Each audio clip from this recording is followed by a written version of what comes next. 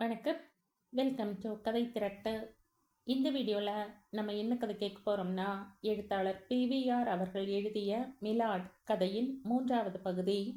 நம்ம சேனலை இது வரைக்கும் சப்ஸ்கிரைப் பண்ணாதவங்க சப்ஸ்கிரைப் பண்ணுங்க. பக்கத்தில் இருக்கிற பெல் ஐகானை கிளிக் பண்ணி ஆல்ங்கிற ஆப்ஷனை ப்ரெஸ் பண்ணுங்க. ஸோ தட் நம்ம போடுற கதைகளை உடனுக்குடனே நீங்கள் கேட்கலாம். வாங்க கதைக்குள்ளே போகலாம். அப்பா, உங்களுக்கு இன்னும் விளையாட்டு புத்தி போகவில்லை என்ற மாலினி சாம்பாரில் கை வைத்தாள்.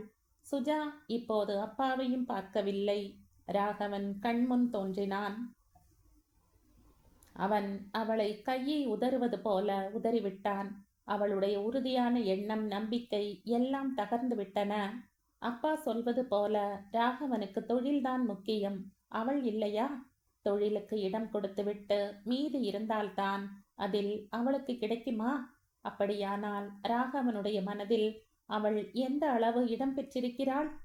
சுஜா பாயசத்தை எடுத்தாள். மடக் மடக் என்ற 2 வாயில் குடித்துவிட்டு தெலுங்கர் ஒருவர் மாதா மாதம் கொண்டு வந்து கொடுக்கும் ஆவக்காயில் ஒரு துண்டை எடுத்து வாயில் போட்டு சுவைத்தாள். அவளுடைய மிருதுவான உதடுகள் காரத்தின் சொரீரை தாங்க முடியாமல் துடித்தன. சுஜா, எஸ். இப்போதாவது ராகவனை புரிந்து கொண்டாயா? No father. மாலினி அவனை பார்க்கணும்னு ஆசைப்பட்டா. நீ என்ன செய்யணும்? அவளை கோர்ட்டுக்கு அழைத்து சென்று சேம்பரிலோ அசோசியேஷனிலோ மீட் பண்ணி இன்ட்ரடியூஸ் பண்ணணும். காலங்கார்த்தால கோர்ட்டுக்கு தயாராகி கொண்டிருக்கிறப்போ அவனை கூப்பிட்டால் வருவானா? உண்மையா உழைக்கிற வக்கீல் இருக்கானே, அவனுக்கு சதா சர்வ காலமும் ஒன்றே ஒன்றில்தான் கண் இருக்கும். அவன் எடுத்துக்கொண்டிருக்கும் கேஸ், அதன் பிறப்பு, அதன் வளர்ச்சி, வாதி பிரதிவாதி, இடங்கள், சாட்சியங்கள், நோக்கம், அதனால் உண்டான விளைவு, இதெல்லாம் தான் ராகவன் மனதில் எப்போதும் இருக்கும். நீ போனில் கூப்பிட்ட போது அவன் என்ன செய்து கொண்டிருப்பான் என்று நீ நினைக்கிற? இன்றைய கேஸை ஜட்ஜுக்கு முன்னால எப்படி ஆரம்பிக்கிறது? எந்த கோணத்திலிருந்து ஆர்கியூ பண்ணுவது? லா பாயிண்டை எந்த சமயத்தில் எந்த இடத்தில் அழுத்தி அடித்து சொன்னால் அது ஜட்ஜின் மண்டையில் ஏறி உட்கார்ந்து இறங்காமல் இருக்கும் என்றெல்லாம் யோசித்துக் கொண்டிருப்பான். அந்த சமயத்தில் நீ என் வீட்டில் விருந்து சாப்பிடவா என்றால் அவன், ஆகா, என் காதலி கூப்பிடுகிறாள், அவள் முகத்தை பார்த்து கொண்டே மயங்கி விழலாம் என்று துள்ளி வருவானா? அப்படி வருகிற ஆளாக இருந்தால் நான் ரொம்பவும் வருத்தமும் ஏமாற்றமும் அடைந்திருப்பேன். பொறுப்பில்லாதவன், தொழிலில் உறுதியான அக்கறை இல்லாதவன் என்னுடைய மாப்பிள்ளையாக. இட் இஸ் இனஃப் ஃபாதர் என்றாள் மாலினி. நீங்கள் இன்னும் எதையுமே தொடவில்லை. நான் ரசத்துக்கு வந்தாகிவிட்டது. நீ இப்போ உன் தொழிலில் அக்கறையாக இருக்கிறாய் என்ற ராஜாங்கம். மாலா, இந்த ராகவனை போனில் கூப்பிட்டால் போதும் வந்து விடுவான் என்று உன் தங்கை வீராப்பு பேசி பந்தயமும் போட்டு தோற்றாளே, அவன் லேசுப்பட்டவன் இல்ல. லா காலேஜில் பிஎல்லில் கோல்டு மெடல். அப்பாவின் நச்சரிப்பில் IAS எழுதினான், 3வது ரேங்க். ஆனால் வேலையில் சேரவில்லை. ஒரு தடவை என் சேம்பர்லே என்னை வேறு எதற்கோ பார்க்க வந்தபோது காரணத்தை விசாரித்தேன். அவன் வெகு அழகாக சொன்னான். ஐ லவ் லா மிலாட் என்றான். அவன் பேசுகிற விதம், எடுத்துக்கொள்கிற முயற்சி, மரியாதை, கட்சிக்காரனுக்கு காட்டுகிற கடமை உணர்ச்சி எல்லாமே என்னை ரொம்ப கவர்ந்திருக்கிறது. அவன் மெட்ராஸ் ஹைகோர்ட்டில் ஒரு நாள் இல்லாவிட்டால் ஒரு நாள் ஜட்ஜாக வருவான். ராஜாங்கம் பேசி முடித்துவிட்டு சுஜாவை பார்த்தார். அவள் இப்போது மௌனமாக சாப்பிட்டு கொண்டிருந்தாள். முன்னே எப்பவோ 4-5 தடவை நீங்க ஜட்ஜாக இருந்தபோது இந்த ராகவனை பார்த்து புரிந்து கொண்டதை ஏன் இந்த மக்கு சுஜா புரிந்து கொள்ளவில்லை என்று கேட்டாள் Malini.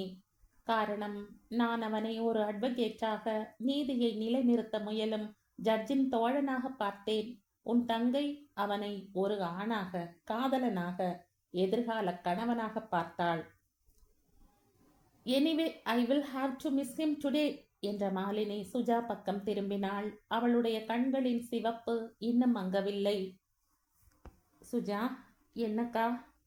You are a pool. Thank you sister. You are a stupid girl. Thank you very much. பாருங்கப்பா, இது அழறது. இப்ப என்ன ஆகிவிட்டது? சேச்ச, பந்தயத்தில் தோற்றதற்கு, அதுவும் வீட்டுக்குள்ள தோற்றதற்கு இப்படி யாராவது அழுவார்களா? நான் உங்களிடத்தில் அந்த காலத்தில் எவ்வளவு தடவை தோற்றிருக்கிறேன். கொஞ்சமா நஞ்சமா? புளி தண்ணீரையும் சாதம் வடுத்த கஞ்சியையும் குடித்திருக்கிறேன். Be a smart Suja. Mala, you are also stupid. நீயும் முட்டாள் மாதிரி பேசுற என்ற ராஜாங்கம். சுஜா பந்தயத்தில் தோற்றதற்காக அழிகிறாள்னு நினைக்கிறாய் பாரு, அது முட்டாள்தனமான நினைப்பு. ராகவன் தனக்காக எதையும் விட்டு கொடுப்பான், தியாகம் செய்வான் என்று இவள் நம்பியிருக்கிறாளே, அந்த நம்பிக்கை தகர்ந்து விட்டதே. அதற்காகத்தான் அழுகிறாள்.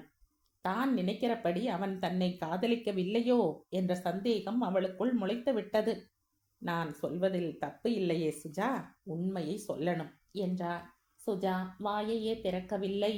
இன்றைய மாஜி நீதிபதி ராஜாங்கம் தம் 22ஆம் வயதில் ICS என்ற 3 எழுத்துக்களை தம் பெயரின் பின்னால் என்றுமே அழிக்க முடியாதபடி பொறித்து கொண்டு பம்பாய் துறைமுகத்தில் 46 ஆண்டுகளுக்கு முன் இறங்கினார்.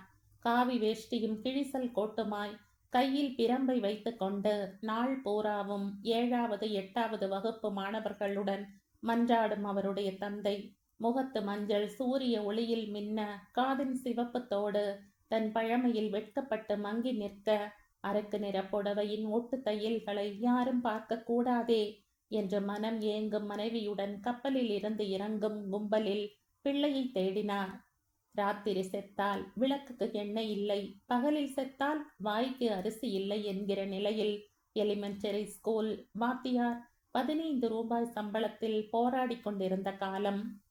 விடிவே பிறக்க முடியாத இருட்டு என்று முடிவு கட்டிய நாட்கள். பையனை 8வதுடன் நிறுத்துவதா அல்லது கும்பகோணத்துக்கு தினம் 7-7-14 மைல் நடக்க வைத்து பழைய சாதத்தை அவன் வாயில் திணித்து மேற்கொண்டு படிக்க வைப்பதா என்று யோசித்த ராஜாங்கத்தின் அப்பாவுக்கு ஒரு அதிர்ச்சி காத்திருந்தது. ஒரு பணக்கார கிழவனுடைய படுக்கையை அலங்கரிக்க ஏழ்மை என்ற ஒரே காரணத்துக்காக தன் வாழ்க்கையின் அலங்காரத்தையே அழித்து கொண்ட அவருடைய 4வது தங்கை கணவருடைய உயிர் தொண்டை குழையில் இருந்து பிரிவதற்கு முன் ராஜாங்கத்தை ஸ்வீகாரம் எடுத்துக்கொள்ள ஓடோடி வந்தாள். இரவில் தம் மயக்க நிலையில் வாக்களித்த வாக்குறுதியை கிழட்டு கணவர் மூச்சை நிறுத்தும் முன் செயலில் காட்டினார். ஸ்கூல் வாத்தியார் பிள்ளை திடீரென்று பண்ணையார் பிள்ளையாக மாறிய சூட்டிலேயே 2 தந்தைகளையும் இழந்தான். தயாளத்துக்கு பெயர் போன பார்வதி ராஜாங்கத்தின் விஷயத்திலும் அண்ணன் அண்ணி விஷயத்திலும் மட்டும் முரட்டுத்தனமான கண்டிப்புடன் இருந்தாள். தனக்கு பிள்ளையாக ராஜாங்கம் வாய்த்த பிறகு அவனுக்கும் அவர்களுக்கும் எந்த விதமான சம்பந்தமும் இல்லை என்று தீர்மானமாக நம்பி அந்த நம்பிக்கையை குரூரமாக செயல்படுத்தவும் ஆரம்பித்தாள். ராஜாங்கத்தின் அப்பா அம்மா அண்ணன் தம்பி தங்கைகள் இவர்கள் என்ன வேண்டுமானாலும் அவளுடைய பணத்தை கொண்டு அனுபவிக்கலாம். ஆனால் பெற்ற வயிறும் வளர்த்த தோளும் பிள்ளையிடம் நெருங்கக்கூடாது. இவனை பார்க்க அவர்கள் வந்தால் ஒரு நாள், இவன் அவர்களை பார்க்க வந்தால் ஒரே நாள். பார்வதியின் இந்த கண்டிப்புக்கெல்லாம் காரணம் ராஜாங்கம் தாய் பாசத்தில் அவர்கள் வீட்டுக்கே போய்விடுவானோ என்ற பயமும் தான் தனிமையில் வாட வேண்டி வருமோ என்ற ஏக்கமும் தான். ஆனால் ராஜாங்கத்தின் தகப்பனார் சிதம்பரம் கேவலம் கிழிசல் கோட்டு ஸ்கூல் வாத்தியார் நிமிர்ந்து நின்றார். பணக்கார தங்கையை அவர் பொருட்படுத்தவில்லை. தந்தை பாசத்தை அணை போட்டு தடுத்து வைத்தார். பாசத்தை எல்லாம் மனதிலேயே அடைத்து கொண்டு இரவு நேரங்களில் தனிமையில் நினைத்து பார்த்தே அனுபவித்தார். மொத்தத்தில் 2 குடும்பங்களையும் இணைத்து வைத்தவனே அந்த இணைப்பு சங்கிலியை துண்டிக்க காரணமும் ஆனான். ராஜாங்கத்தை படிக்க வைக்க பணம் இருந்தது. அவனும் படிப்பில் சளைக்கவில்லை. கும்பகோணம் சென்னையுடன் நிற்காமல் கப்பலில் லண்டன் வரையிலும் சென்று விட்டான். சிதம்பரம் தங்கையை மனதுக்குள் வாழ்த்தினார். அவர் உலகுக்கு அளித்த ஒரு சிறு மின்மினியை அவரால் பார்க்க முடியாமல் போனால் என்ன? அவருடைய தங்கை தன் செல்வத்தால் மேலும் மேலும் ஒளிவீசு செய்து விட்டாள். அது போதுமே. அவர் தன் தலைமுறையில் பட்ட கஷ்டத்தை பிள்ளை அவன் தலைமுறையில் அனுபவிக்க மாட்டான். 4 பேர் எழுந்து நிற்கும்படியான மரியாதை அவனுக்கு கிடைத்துவிட்டது. மாட்சிமை தாங்கிய சக்கரவர்த்தியின் ஒரு பெரிய காரியதரிசியே தன் கைப்பட எழுதி அவனுடைய ICS வேலையை ஊர்ஜிதப்படுத்திவிட்டார். இதற்கு மேல் பெற்ற ஒருவனுக்கு என்ன வேண்டும்? பம்பாய் துறைமுகத்தில் கப்பல் கும்பலில் மூர்க்கத்தனமான பாசத்தில் பிள்ளையை தேடிய சிதம்பரம் அவனை கண்டபோது மூர்ச்சையாகி போனார். வாய் சிகரெட்டையோ மீசையையோ பற்றி அவர் கவலைப்படவில்லை. பிள்ளையின் கையை பிடித்து கொண்டு ஒருத்தி நின்றாளே, அதுதான் அவரை நிலை பெயர செய்தது. அந்த பெண்ணின் கையை பிடித்து குலுக்கிய பார்வதியையும் அவளுடைய முக மலர்ச்சியையும் கண்டபோது அவரால் தாங்கிக் கொள்ள முடியவில்லை. தம் உயிர் அக்கணமே அந்த பம்பாய் துறைமுகத்திலேயே போய்விடக் கூடாதா என்று தம்முள் புலம்பினார் அவர். தம் மனைவி இந்த கோர காட்சியை பார்க்க கூடாது என்ற எண்ணத்தில், வா, இந்த கூட்டத்தில் எனக்கு ஒன்றும் தெரியவில்லை என்று இழுத்து கொண்டு திரும்பினார். அவருடைய உயிர் மேலும் 7 நாட்கள் தங்கியிருந்தது. இரத்தத்தின் இளமையில், இளமையின் துடிப்பில் இழுத்து கொண்டு வந்த பெண் 3 ஆண்டுகளில் ராஜாங்கத்தை உதறிவிட்டு கப்பல் ஏறி சென்றாள். ஆரம்பத்தில் தம்மை தாமே பறிகொடுத்த ராஜாங்கத்துக்கு அவள் திரும்பி சென்றது ஒரு பெரிய விடுதலையாகவே தோன்றியது. தம்மை விட 1 வயது பெரியவளான ஒருத்தியை எப்படி மணந்து கொண்டோம் என்று அவரே பிற்காலத்தில் கேட்டுக்கொண்டு பதில் கிடைக்காமல் சிரித்து மழுப்பிக் கொண்டார். லண்டன் பெண் போன பின் கடப்பாவிலும் ராஜமகேந்திரபுரத்திலும் டிவிஷனல் மேஜிஸ்ட்ரேட்டாக பணியாற்றிய அவர் செங்கற்பட்டுக்கு மாவட்ட மாஜிஸ்ட்ரேட்டாகவும் கலெக்டராகவும் வந்தார். அப்போது அவருக்கு வயது 30. லண்டன்காரி வேறு யாரையோ கல்யாணம் செய்து கொண்டு அமெரிக்காவுக்கு போய்விட்டதாக தகவல் கிடைத்தது. இந்த தகவலை பார்வதி பயன்படுத்தி கொண்டு அவருடைய கல்யாணத்திற்கு பெண் தேட ஆரம்பித்தாள். ஆனால் ராஜாங்கம் மனதை கல்யாணத்தில் பறிகொடுக்கவில்லை. ஒரு முறை அனுபவித்ததே வாழ்நாள் முழுவதும் போதும் என்று நினைத்து விட்டார். ஆனால் அவருடைய 40வது வயதில் பார்வதியின் மனோபீஷ்டம் நிறைவேறியது. மதுரையில் மாவட்ட நீதிபதியாக இருந்தபோது ஒரு வக்கீலின் பெண் அவரை கணவராக ஏற்றுக்கொள்ள சம்மதித்தாள். கல்யாணம் ஆயிற்று. பார்வதியின் ஆசை நிறைவேறிய சுவட்டிலேயே அவளுடைய வாழ்க்கையும் நிறைவேறியது. 42ஆம் வயதில் சேலத்தில் மாவட்ட நீதிபதியானார். மாலினி பிறந்த நாள். 44ஆம் வயதில் வேலூரில் மாவட்ட நீதிபதி. சுஜா பிறக்கவில்லை. டாக்டர்கள் வயிற்றில் இருந்து அவளை எடுத்து போட்டார்கள். தாயார் பிரசவத்துக்கு சென்றவள் வீடு திரும்பவில்லை. அதன் பின் ராஜாங்கத்தின் வாழ்க்கையே திசை மாறியது. மனதின் சுகமோ துக்கமோ அனுபவிக்கும் செல்வத்திலும் சௌகரியங்களிலும் பதவியிலும் இல்லை என்பதை அனுபவ ரீதியாக கண்டார். தாயற்ற 2 சின்னஞ்சிறு பெண் குழந்தைகள் தோளுக்கு சுமையாக இருந்தாலும் மனதுக்கு சுமையாக தோன்றவில்லை. அவர்களுடைய தாயற்ற நிலையே அவர்களை வளர்த்து ஆளாக்க வேண்டும் என்ற உணர்வை தட்டி எழுப்பியது. அதை வாழ்க்கையில் பெரும் சாதனையாக ஏற்றுக்கொண்டார். சுஜாவுக்கு 6 வயது. அவர் ஹைகோர்ட்டில் நீதிபதி. 2 பெண்களும் சர்ச் பார்க் ராணி மேரி கல்லூரி என்று படித்தார்கள். மாலினி பாட்டு கற்றுக்கொண்டு நாட்டியமும் பயின்றாள். சுஜா விளையாடினாள். டென்னிஸ் அவளை கவர்ந்தது. மாலினி ஒரு கல்லூரி பேராசிரியரை மணந்து கொண்டு அவருடன் ஆஸ்திரேலியாவுக்கு சென்றாள். சுஜா ராகவனை கண்டாள். காதலிக்க ஆரம்பித்தாள். கல்யாணம்? சுஜா, மணி 10:30 என்றார் ராஜாங்கம். தேங்க்ஸ். சுஜா கையை உதறிக்கொண்டே சாப்பாட்டு மேஜையில் இருந்து எழுந்தாள். அட்வொகேட் ராமாமிர்தத்தின் குமாஸ்தா வெங்கடாச்சலம் என்கிற வெங்கி தூக்க முடியாமல் வயிற்றை தூக்கி கொண்டு ஆழ்வார்பேட்டை பஸ் நிலையத்தை நோக்கி நகர்ந்தான். டைபிஸ்ட் மரகதத்தின் வீட்டு சஷ்டியப்ப பூர்த்தி விழா விருந்தில் அவர் தம் வயிற்றுக்கு வஞ்சனை செய்தார் என்று யாரும் பழி சுமத்த முடியாது. வதக்கி எடுத்த வெண்டைக்காயை தயிர் பச்சடியில் போட்டிருந்தார்கள். மற்றவர்கள் சாம்பாருக்காக காத்திருக்கையில் வெங்கி சாதத்தின் மேல் 1/2 லிட்டர் பச்சடியை ஊற்றிக்கொண்டு அழுத்தமாக பிசைந்தார். ஓரிரு வரமிளகாய்கள் சாதத்துடன் இழைந்து பச்சடிக்கே ஒரு தனி ருசியை கொடுத்தது. பச்சடியை தொடர்ந்து சாம்பார் பிட்லையாக பண்ணியிருந்தார்கள். அதிகம் அரிசி சாப்பிடக்கூடாது என்று கச்சா லேசுவரம் டாக்டர் சொன்னது பச்சடியை பிசையும் போதே அவருடைய ஞாபகத்துக்கு வந்த போதிலும் அவர் டாக்டரை மறந்து பிட்லையில் தம்மை பறிகொடுத்தார். 55 வயதில் மனிதனுக்கு ஒரு பிளட் பிரஷரோ ஒரு கிட்னி ட்ரபிளோ ஒரு டயபெடிஸோ வரவில்லை என்றால் அவன் என்ன மனிதன்? அப்புறம் இந்த துறைகளில் எல்லாம் தனித்துவம் பெற்ற டாக்டர்களுக்குத்தான் என்ன வேலை? பாலக்காட்டு பப்படத்தை நொறுக்கி சாம்பாரோடு கலந்து அவையில் கூட்டு கறி முதலியவற்றுடன் வெங்கி ரசத்துக்கு வந்தார். 2 தொன்னை ரசத்தை காலி செய்த பின் சாப்பிடாமல் இருக்கக்கூடாதே என்ற ஒரே காரணத்துக்காக கொஞ்சம் ரசம் சாதமும் சாப்பிட்டுவிட்டு அடுத்து வரும் சித்திரான்னங்களுக்கும் கடலைப்பருப்பு பாயசத்துக்கும் தம்மை தயார் செய்து கொண்டார். அப்போது அவருடைய இலை துப்புரவாக இருந்தது. தேங்காய் சாதம், வெண்பொங்கல், எலுமிச்சம்பழ சாதம் என்று வந்து கொண்டே இருந்தது. வெங்கி தளரவில்லை. மரகதத்தின் தகப்பனார் 60 வயது என்ற மைல் கல்லை தாண்டினதை நினைத்து அவரை மனதுக்குள் வாழ்த்தினார். பாயசம் முடிந்து மோர் வரும்போது அவருக்கு மூச்சு திணறியது. சாப்பிடாவிட்டாலும் யார் என்ன செய்ய முடியும் என்ற அகம்பாவத்தில் ஒரு கை நிறைய மோர் வாங்கி கொண்டு எழுந்தார்.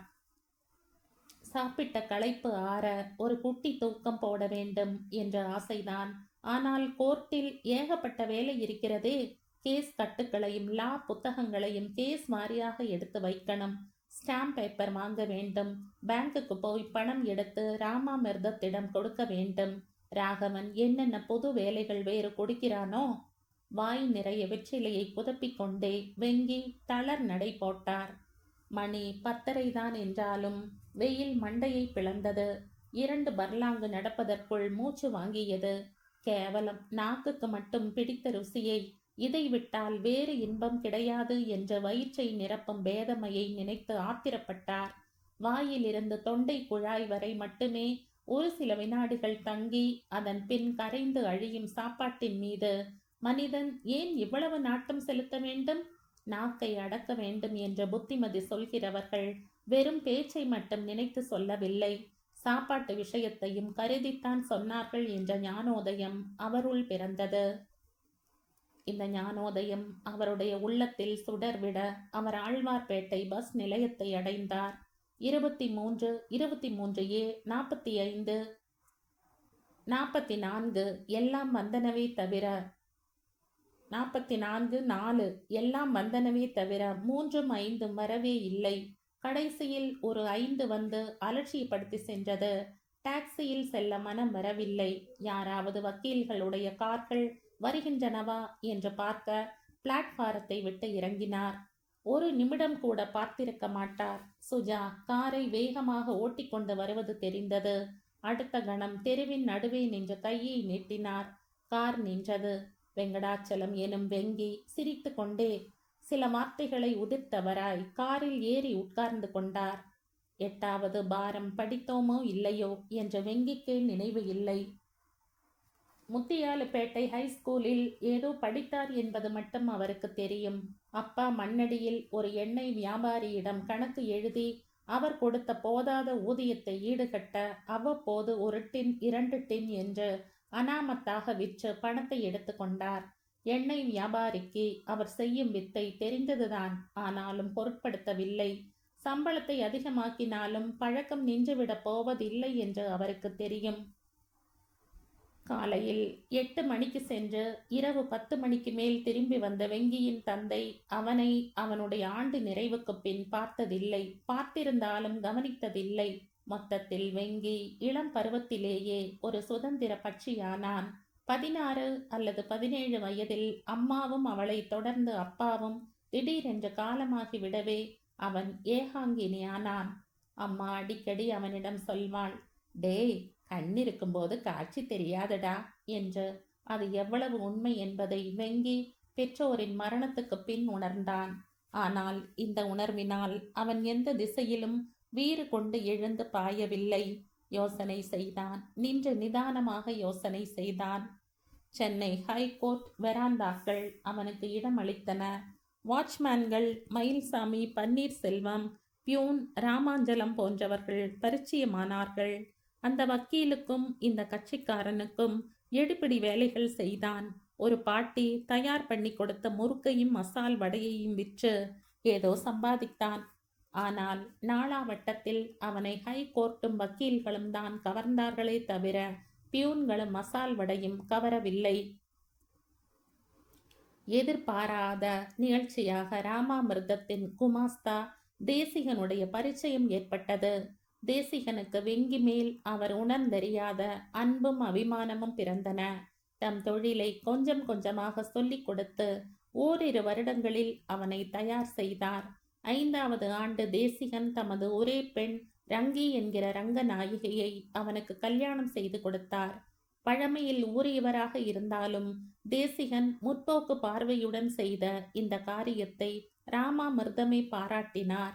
ரங்கி வெங்கி என்கிற இந்த ஜோடி பெயர் பொருத்தத்தாலும் அவர்களுடைய விசேஷ குணங்களாலும் கச்சாலீஸ்வரர் அக்ரஹாரத்தில் பெயர் போனவர்களாக திகழ்ந்தார்கள். இங்கிலீஷ் ஸ்டண்ட் சினிமாவை பார்த்து ரசிக்கும் அளவுக்கு ரங்கியின் அறிவு விசாலமாயிற்று. ரங்கி வெங்கிக்கு இந்த 34 ஆண்டுகளாக இல்லாமல் இருப்பது ஒரு குட்டி ரங்கியோ வெங்கியோ தான். ராமேஸ்வரம் போனார்கள், குருவாயூர் போனார்கள், பொம்மை தொட்டில்களை மரக்கிளையில் தொங்கவிட்டார்கள், சர்ப சாந்தி செய்தார்கள். ஒன்றிலும் பிரயோஜனமில்லை. டாக்டர்கள் பரிசோதித்தார்கள். ரங்கியின் டாக்டர் அவள் உடம்பிலும் உறுப்பிலும் எந்த குறையும் இல்லை என்றார். வெங்கியின் டாக்டர் குறைந்தது 10 குழந்தைகளாவது அவனுக்கு பிறக்கும் என்றார். ஒன்று கூட அவதாரம் செய்யவில்லை. கடைசியில் யாரோ ஒருவர் கேரளத்தில் இருக்கும் ஏதோ ஒரு கோவிலுக்கு நல்லெண்ணெயுடன் 40 நாள் அபிஷேகம் செய்து வந்தால் மகப்பேறு உண்டாகும் என்றார். நல்லெண்ணெய் விற்கிற விலையிலும் ரயில் கட்டண உயர்விலும் வெங்கி யதார்த்தவாதியானார். தோ பாரு ரங்கி, நாம என்னவெல்லாம் செய்ய வேண்டுமோ, எப்படியெல்லாம் செய்ய வேண்டுமோ அதையெல்லாம் கிரமமாய் செய்தாகிவிட்டது. நாம் நம்ம கடமையை செய்வோம். குழந்தை பிறந்தால் பிறக்கட்டும், இல்லாவிட்டால் போகட்டும் என்றார். ரங்கி பதில் சொல்லவில்லை. அன்று மத்தியானமே கிரவுண்ட் டாக்கீஸுக்கு நல்லதங்காள் படம் பார்க்க சென்றாள். இப்போது வெங்கிக்கு வயது 55, ரங்கிக்கு 52. 2 வருடங்களுக்கு முன்னாலேயே தம் மனைவிக்கு இனி குழந்தை பிறக்க வழியே இல்லை என்பதை எந்த டாக்டருடைய உதவியும் இல்லாமல் வெங்கி தெரிந்து கொண்டார். அதன் பின் இருவருக்கும் ஒருவித நிம்மதி உண்டாயிற்று. இத்தனை காலமாக இருந்த ஆசையும் அதனால் உண்டாகும் ஏக்கமும் மறைந்து போயின. அப்பாடி, இனிமே கவலையே இல்லை என்ற பூரண திருப்தியுடன் இருவரும் தாம்பத்தியம் நடத்தலானார்கள். வெங்கி தங்கசாலை, குஜராத்தி ஹோட்டல், பால் அல்வா, சோன் பப்படி, பாம்பே ஹல்வா என்று போர் தொடுக்க ரங்கி ஜேம்ஸ் பாண்ட் படங்களை பார்த்து தீர்த்தான். சில நாட்கள் இருவருமே சேர்ந்து ஓட்டலுக்கு சென்று இரவு சாப்பாட்டை முடித்து கொண்டார்கள். அவர்களுடைய வீடு கச்சாலேஸ்வர அக்ரஹாரத்தில் 200 ஆண்டுகளுக்கு முன் கட்டப்பட்ட ஒரு 2 கட்டு வீடு. ஒரு கட்சிக்காரன் ஸ்மால் காஸ் கோர்ட்டில் ஆரம்பித்து ஹை கோர்ட் அப்பீல் வரை முன்னேறினான். அப்பீல் ஃபீஸ் வீட்டையே விழுங்கியது. குறைந்த விலைக்கு வெங்கி வாங்கி போட்டார். அவர் திடீரென்று கண்ணை மூடினாள். ரங்கி பாவம் எங்கே போவாள்? வீடு வெங்கி ரங்கியின் பேரில் உள்ள வீடுதான். ஆனால் அதனுள் சென்று வருகிறவர்கள் கணக்கில்லை. எல்லோருக்கும் ராஜ உபச்சாரம்தான். வெங்கி காலையில் 7:30 மணிக்கு மயிலாப்பூருக்கு வக்கீல் வீட்டுக்கு போனால் இரவு வரும்போது 8:30 ஆகிவிடும். அதுவரையில் புத்திர பாக்கியம் இல்லாத ரங்கி என்னதான் செய்வாள்? சினிமா இல்லாத நாட்களில் இவர்கள் எல்லாம் வருவார்கள், தங்குவார்கள், குளிப்பார்கள், தூங்குவார்கள், கொட்டமடிப்பார்கள். பல்லாங்குழி, 12ஆம் புலி ஆடும் பெண்கள், அப்பளமிடும் கூட்டம், துணிக்கு இஸ்திரி போட்டு கொள்ள வரும் அண்டை வீட்டுக்காரர்கள், கண்ணாமூச்சி விளையாட்டு விளையாடும் பையன்கள், கிரிக்கெட் கமெண்ட்ரி கேட்க வரும் மாணவர்கள், எதையோ சாக்கு சொல்லிக்கொண்டு தனது காதலியை ரகசியமாய் சந்திக்க வரும் காதலன், ஒன்றும் தெரியாதது போல பாவனை செய்துவிட்டு ரங்கி இருவரையும் கடைசியில் மணமேடையில் சேர்த்து வைப்பாள். களைப்பு தீர திண்ணையில் தூங்கும் பால்காரர்கள், கரிகாய்காரிகள் முதலானோர், பழைய துணிகளுக்கு புதிதாக்கப்பட்ட எவர் சில்வர் பாத்திரங்களை கொடுக்கும் வியாபாரிகள், எவ்வளவுக்கு எவ்வளவு மக்கட்பேறு இல்லாத குறையை வெங்கி ரங்கி மறந்தார்களோ அவ்வளவுக்கு வருகிறவர்கள் எல்லோரும் நினைவுபடுத்தி தங்களது வருத்தத்தை தெரிவித்தார்கள். அப்போது ரங்கி சிரித்தாள். அவளே அது இரவில் வெங்கியிடம் வருத்தப்பட்டு கொண்டு சொன்னபோது வெங்கி சிரித்தார். இருவருமே சிரிப்பில் துக்கத்தை போர்த்தி மனதை தேற்றிக் கொண்டார்கள். உங்களுக்கு பாவம், ரொம்ப சிரமம் என்றார் வெங்கி கார் புறப்பட்டதும். பரவாயில்லை என்றாள் சுஜா. பிறகு ஓரிரு நிமிடங்களுக்கு பேசவே இல்லை. அவளுடைய முகமும் சாதிக்கும் மௌனமும் வெங்கிக்கு புதுமையாக இருந்தன. எப்போதுமே கலகலப்பாக இருக்கும் சுஜா, சதா சிரித்து கொண்டே இருக்கும் சுஜா இன்று ஏன் இப்படி இருக்கிறாள்? எங்க ஆபீஸ் டைப்பிஸ்டின் அப்பாவுக்கு இன்னைக்கு சஷ்டியப்த பூர்த்தி, அங்கே சாப்பிட்டு விட்டு வரேன். அப்படியா? சீனியரும் சாப்பிட்டார். ஆனால் நான் கை விட்டு வருவதற்குள் போய்விட்டார். இல்லாவிட்டால் அப்போதே போயிருப்பேன். ஐ சி. ராகவன் கூட சாப்பிட வரவில்லை. ரொம்ப பிஸியாக இருந்திருப்பார். சுஜாவின் குரலில் தொனித்த நையாண்டி வெங்கிக்கு புதியதாக இருந்தது. ராகவன் சாதாரணமாகவே யார் வீட்டுக்கும் சாப்பிட போக மாட்டான். அதுவும் கோர்ட் நாள் என்றால் கேட்கவே வேண்டாம். நீங்கள் அவருடைய குமாஸ்தா, வேறு எப்படி சொல்வீர்கள்? நான் ராமாமிர்தத்தின் குமாஸ்தா. அவருடைய ஆபீஸில் ராகவன் ஜூனியர், அவ்வளவுதான். நான் ஏன் அனாவசியமாக பரியணும்? சிலருக்கு தங்கள் மனது போல மற்றவர்கள் நடந்து கொள்ளாவிட்டால் அவர்கள் மீது ஆத்திரம் வரும். ஆனா உங்களுக்கு அப்படி வர நியாயம் இல்லை. ராகவன் தான் உங்கள் மனசு போல நடந்து கொள்கிறானே. போதும், மேலே மேலே அறுக்காதீர்கள். அந்த ராகவன் கிட்டே சொல்லுங்கள் நான் சொன்னேன் என்று. என்னவென்று? சுஜா திடீரென்று குழம்பி போனாள். இந்த வெங்கி மூலமாக ராகவனுக்கு என்ன சொல்லி அனுப்ப நினைக்கிறாள்? சொல்லுங்கள் என்றாள் சுஜா திடீரென்று. ஒரு கப் சேமியா பாயசத்தில் 7 ஸ்பூன் சர்க்கரை போட்டு சுஜா குடித்தாள் என்று. பேஷ், உங்க வீட்டு சமையற்காரனுக்கு புத்தி கிடையாது என்றார் வெங்கி. கோபி மனம் குழம்பி மௌனமாக காரை செலுத்த தைலா அவனுடைய மௌனத்தின் காரணத்தை அறியாமல் அங்குமிங்குமாய் பார்த்து கொண்டே வந்தாள். கோட்டையின் வாலாஜா கேட் கண்ணுக்கு தெரிந்தது. வலது புறமாக பார்த்தாள். தூரத்தே சமுத்திரத்தின் நீல நிறம் கவர்ந்தது. கார் இடது புறமாக திரும்பி வேகம் குறைந்து மேட்டில் ஏறிய போது கீழே மருத்துவ கல்லூரியும் விளையாட்டு மைதானமும் அதனை ஒட்டி ஓடும் ரயில் தண்டவாளமும் கண்ணில் பட்டன. ஒரு நீளமான மின்சார ரயில் தனக்கே உரித்தான பழுப்பு வெள்ளை மங்கிய நீல அசிங்கத்தில் ஓடிக்கொண்டிருந்தது. கோட்டை ரயில் நிலையம் வந்தபோதுதான் அவள் பேசினாள். இது என்ன ஸ்டேஷன்? Fort, Madras fort.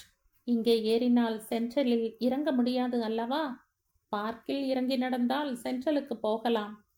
அவனுடைய பேச்சின் செயற்கை குரல் அவளுக்கு பிடிக்கவில்லை. தோ பாருங்கள், நான் மெட்ராஸுக்கு புதுசு.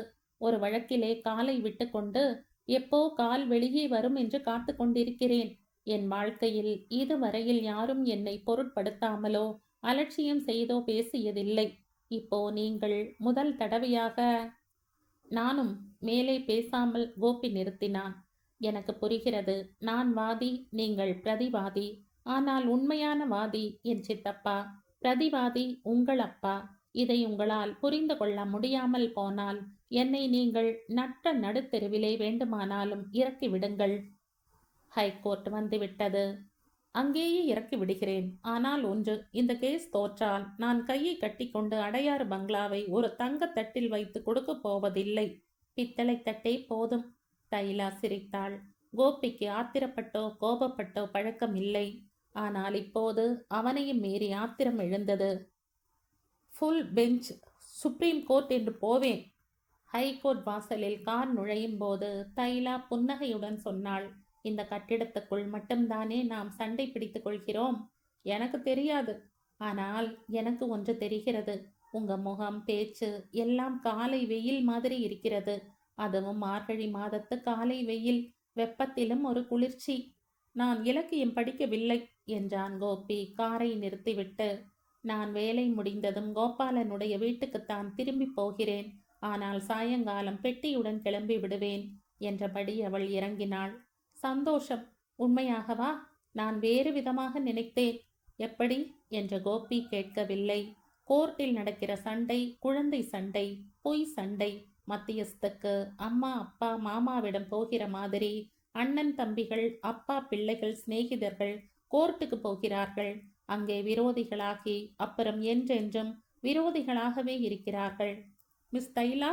எஸ். உனக்கு லாயரே வேண்டாம். நீயே உன் கேஸை வாதாடலாம். தேங்க்ஸ். நான் வருகிறேன். வழி தெரியுமில்லையா? வாயிருக்கிறது. அது ஒன்றுதானா? பெண் என்றால் எல்லோருமே முன் வருவார்கள் உதவி செய்ய. நீங்களே முன்வரவில்லையா? ரொம்ப தேங்க்ஸ். அப்புறம் பார்க்கிறேன். கோபி ஆர்மீனியன் தெருவில் இருக்கும் காரியாலயத்துக்கு சென்றுவிட்டு மீண்டும் ஹை கோர்ட்டுக்கு திரும்பினான். அவனுடைய அட்வொகேட் நாயகத்தையோ அவருடைய ஜூனியர் சுஜாவையோ உடனடியாக சந்திக்க முடியவில்லை. இருவரும் 7வது கோர்ட்டில் இருப்பதாக தெரிய வந்தது. இன்னும் அரை மணி நேரத்தில் அவர்கள் திரும்பி வந்து விடுவார்கள் என்று குமாஸ்தா ராமானுஜம் கூறவே அவன் ஹைகோர்ட் வெராந்தாக்களில் நடக்கலானான். எத்தனை நேரம் நடந்தானோ! தரகன் வைத்தி காவி ஏறிய பற்களால் சிரித்து சிரிப்பையே அசிங்கமாக்கி கொண்டு நின்றான். என்ன வேணும்? டைப்பிஸ்டுக்கு ஒரு மேட்டர் கொடுத்திருக்கிறேன், பெரிய மேட்டர், ஒரு 3 ரூபாய் குறைக்கிறது என்றான் அவன்.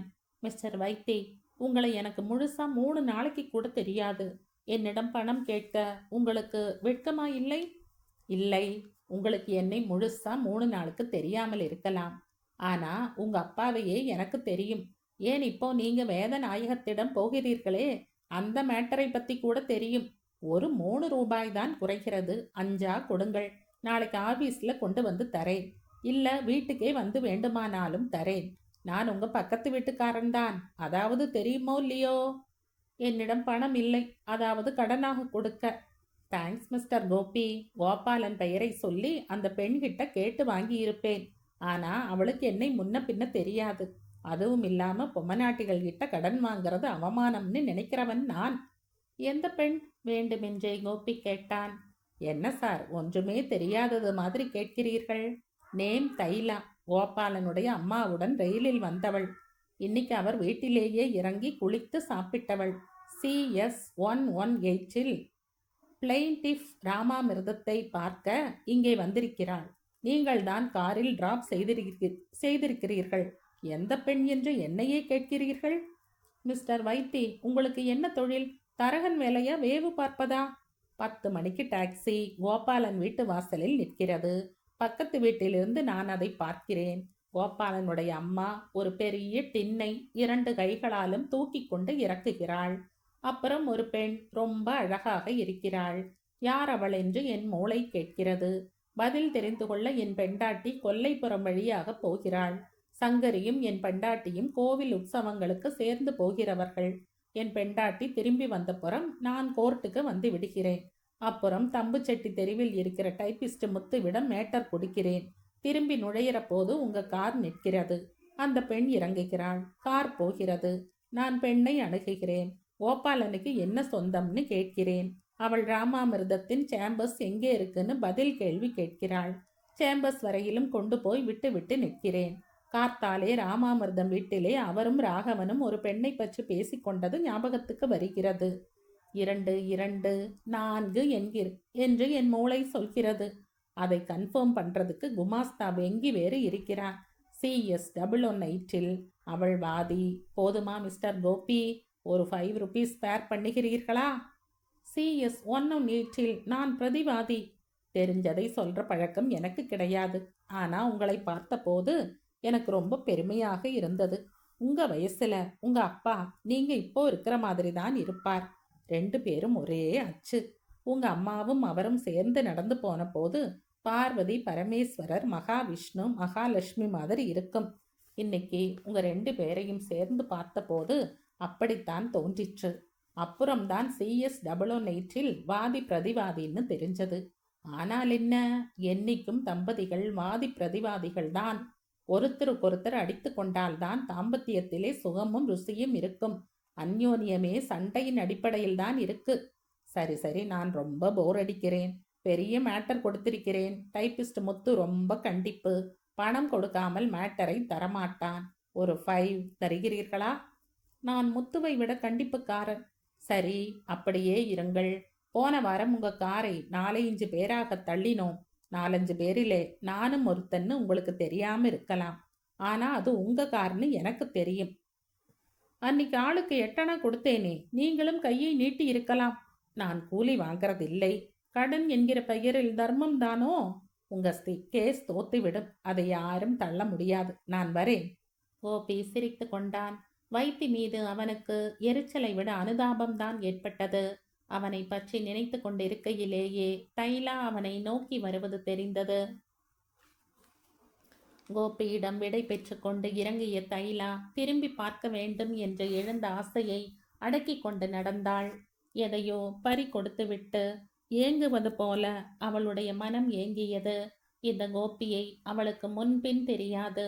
ஒரு அரை மணி நேர பழக்கம், அதுவும் தற்செயலாக ஏற்பட்ட பழக்கம். இந்த வழக்கு சித்தப்பாவின் மூளை கோளாறினால் பிறந்தது. அதன் பிறவி காரணமாக அவள் ரயில் ஏறி சென்னை வருகிறாள். ஈரோட்டில் சந்தித்த பாட்டி அவளை தன் பேத்தியாக நினைத்து குழைந்து அன்பை சொரிந்தாள். பலன், பாட்டியின் பிள்ளை கோபாலன் வீட்டில் ஒரு நேரம் தங்க இடம் கிடைத்தது. இதுவரையில் எல்லாம் சாதாரண நிகழ்ச்சிகள், ஒவ்வொருவருக்கும் நடக்கக்கூடிய சம்பவங்கள். ஆனால் அதன் பின் கோபாலனுடைய தயவில் அவர் வீட்டு முன் பக்கத்து அறையில் குடியிருக்கும் ஒருவனுடைய காரில் பிரயாண வாய்ப்பு கிடைக்கிறது. இது கூட சாதாரணம்தான். அவளை அழைத்து கொண்டு போகிறவன் அவளை விட 6 அல்லது 7 வயதானவன். ஆனால் ஏன் அவளுடைய மனதை இப்படி இழுத்து பறித்து கொள்ள வேண்டும்? இதுவரையில் அவள் அனுபவித்திராத ஒரு உணர்ச்சியை, ஒரு கிளுகிளுப்பை உண்டாக்க வேண்டும். இது அவளுடைய வாழ்க்கையில் நடந்திராத அனுபவம். இந்த அனுபவமே ஒரு இன்ப அதிர்ச்சி. எல்லோருடைய வாழ்க்கையிலும் எல்லா நாட்களிலும் நடக்க முடியாத அபூர்வ அதிர்ச்சி. அவள் இந்த அதிர்ச்சியின் இன்பத்தில் திளைத்து கொண்டிருக்கையிலேயே மண்டையில் ஒரு பலத்த அடி விழுகிறது. இதை அவனே கொடுக்கிறான். வழக்கில் அவன் பிரதிவாதியாம். அவனுடைய சொத்தை பறித்து கொள்ளத்தான் அவள் 300 மைல் ரயில் ஏறி வந்திருக்கிறாள். இரண்டாவது அதிர்ச்சி தற்காலிகமான முதல் அதிர்ச்சியை மூடி வைக்கிறது. பிரதிவாதி மேல் ஒரு கணம் எரிச்சலும் கோபமும், ஏன் பழிவாங்க வேண்டும் என்கிற எண்ணமும் உண்டாகின்றன. எதையும் வெட்டு ஒன்று துண்டு இரண்டாக பேசியே பழக்கப்பட்ட அவள் பஸ்ஸிலோ டாக்ஸியிலோ போய் விடுவது என்றும் தீர்மானம் செய்து கொள்கிறாள். ஆனால் முடியவில்லையே. ஏன் முடியவில்லை? ஏன் வார்த்தைகள் படபடப்புடன் வராமல் சிரிப்புடன், ஒரு மந்தகாசத்துடன் வருகின்றன? நான் சுப்ரீம் கோர்ட் வரை போவேன் என்று அவன் பயமுறுத்திய போதும் கூட அவளுக்கு அவன் மீது கோபம் வரவில்லை. ஏன்? இன்று சாயந்திரம் நான் பெட்டியுடன் அந்த வீட்டை விட்டு போய் விடுவேன் என்று சொன்னபோது அவன் வரட்டு குரலில் சந்தோஷம் என்றான். அவள் சொன்ன பொய்க்கு ஒரு பதில் பொய்தானே அவன் சொன்ன பதிலும்.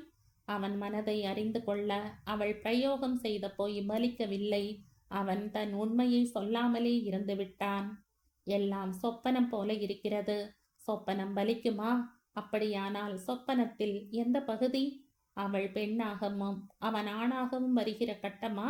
அல்லது அவள் வாதியாகவும் அவன் பிரதிவாதியாகவும் வருகிற கட்டமா? தைலா காரை விட்டு இறங்கி மெதுவாக நடந்தாள். திரும்பி பாராமலேயே நடந்தாள். அவள் திரும்பி பார்ப்பதை எதிர்பார்த்து கொண்டு இன்னும் நிற்கிறானோ என்று அறிய ஆவல் பிறந்தது. அந்த ஆவலையும் அடக்கி கொண்டு அவள் நடந்தாள்.